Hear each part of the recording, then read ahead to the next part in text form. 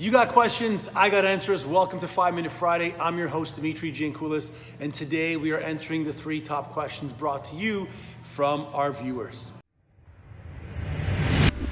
Alrighty, so the first question from Gina is, what is the difference between high intensity interval training, high intensity tactical training, and fasted cardio? Which one is best for me? Okay, so let's break this down for you guys. You have HIIT training, high intensity interval training. Now, this has been brought forth and been brought to the mainstream with the TABATTA style training workouts. Typically, you're looking for a high intensity heart rate. You're looking for high intensity exercise followed by short intensity rests.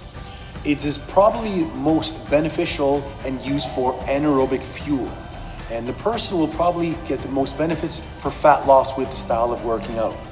You burn more calories than cardio when you're doing a high intensity interval training workout because you're doing short bursts of extreme high intensity and then coming right down for a rest. An example would be doing 30 seconds of jumping jacks at your highest intensity, followed by 10 seconds of rest. And then performing another 30 seconds of jumping jacks, followed by 10 seconds of rest. Now, you can also put this through in terms of exercises with weight training as well. So if you're doing a kettlebell swing, followed by push-ups, followed by jumping jacks, you could perform 30 seconds of the kettlebell swing with 10 seconds of rest. 30 seconds of push-ups with 10 seconds of rest, and then again 30 seconds of jumping jacks with 10 seconds of rest. Really good program, mostly geared at fat loss, increasing person's endurance, and you're looking for a workout which can be done in a shorter period of time. Now, high intensity tactical training, okay, HITT.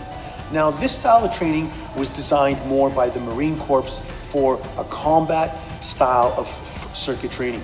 Now, this is more based for people who want increasing performance, increasing speed, power, output, mobility. It's not necessarily meant for aesthetic fat loss, okay? And you're looking at a Marine Corps soldier, or you're looking at an MMA fighter, their goal is not to look at how aesthetically fit they can be, but how much combat they can prepare their body for.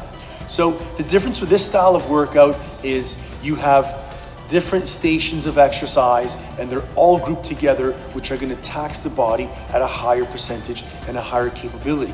Such as a barbell complex. You could perform 5 exercises of a barbell complex. Barbell squat, barbell shoulder press, a barbell bent over row, a barbell Romanian deadlift, and then a barbell bicep curl. All those movements are going to require a lot more muscle groups than the other exercises that I told you about before. And more importantly, it's going to tax the body's systems, both for anaerobic and aerobic exercise on all 5 terms. That style of workout is a little bit harder for the average person to do because it's going to take a lot more energy from the output, and you're typically using exercises that have weight training concept and cardiovascular. You may be doing deadlifts for a maximum amount of reps. You may be doing a 400-meter run on a rower, and then you may be going back to doing push-ups or another superset with another heavy movement. 2 different exercises, 2 different intensities, 2 different focuses. The last one is fasted cardio. Now, for fasted cardio, it's pretty simple in terminology.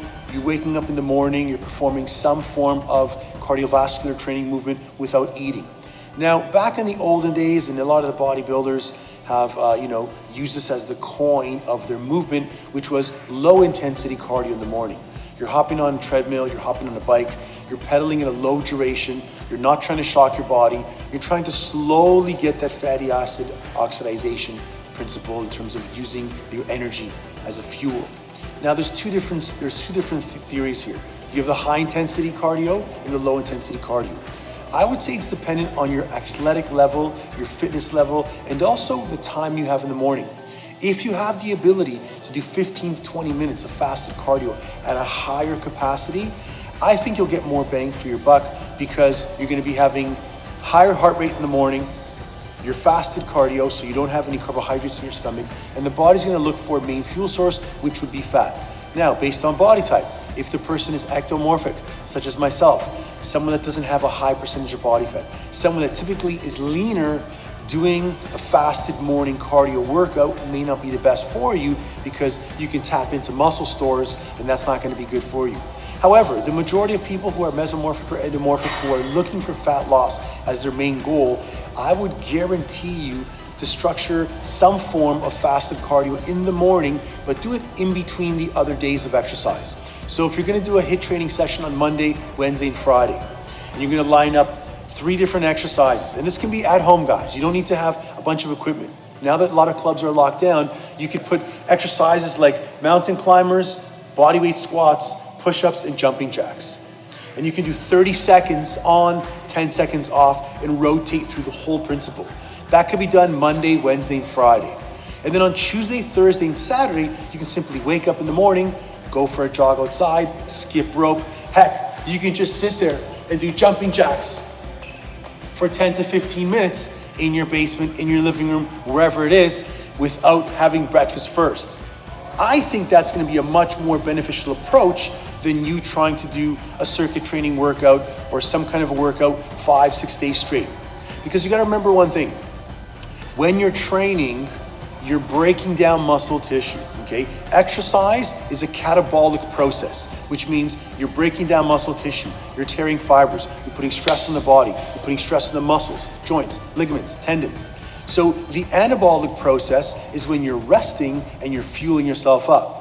So if you're training Monday, Tuesday, Wednesday, Thursday, Friday, as much as it sounds great that you're going 5 days straight, you're doing a lot more harm to your body. If you're not sleeping well, you're not able to have time to recover. If you're not stretching, doing some form of foam rolling, lacrosse ball, self-myofascial release, massage technique as well. If you're not eating properly, if you're not taking the proper supplements, you're not going to heal. If you're stressed and producing a lot of cortisol, all you're doing is doing a lot of exercise, but a lot of damage to the body. So in essence, when the body's trying to recover and re-heal, it's not going to be able to work on body fat reduction for you. So space out your week. We got 7 days in a week. Try to break your program where if you're going to be doing some high intensity interval training, the tactical training, I would say leave to someone that has a specific sport or a purpose for exercise. Break it down where you're going Monday, Wednesday, Friday, and then some form of fasted cardio in the middle to get the best results, and also so your muscles have time to heal. That's it. That's all for today. I hope you enjoyed this tip, and if you did, please share with anybody you feel that can benefit from watching this. Subscribe to our YouTube channel, give us a thumbs up, and leave us a comment below. We'd love to hear what you think. Have an amazing day, guys, and remember, when it comes to health and fitness, attitude is everything. Bye for now.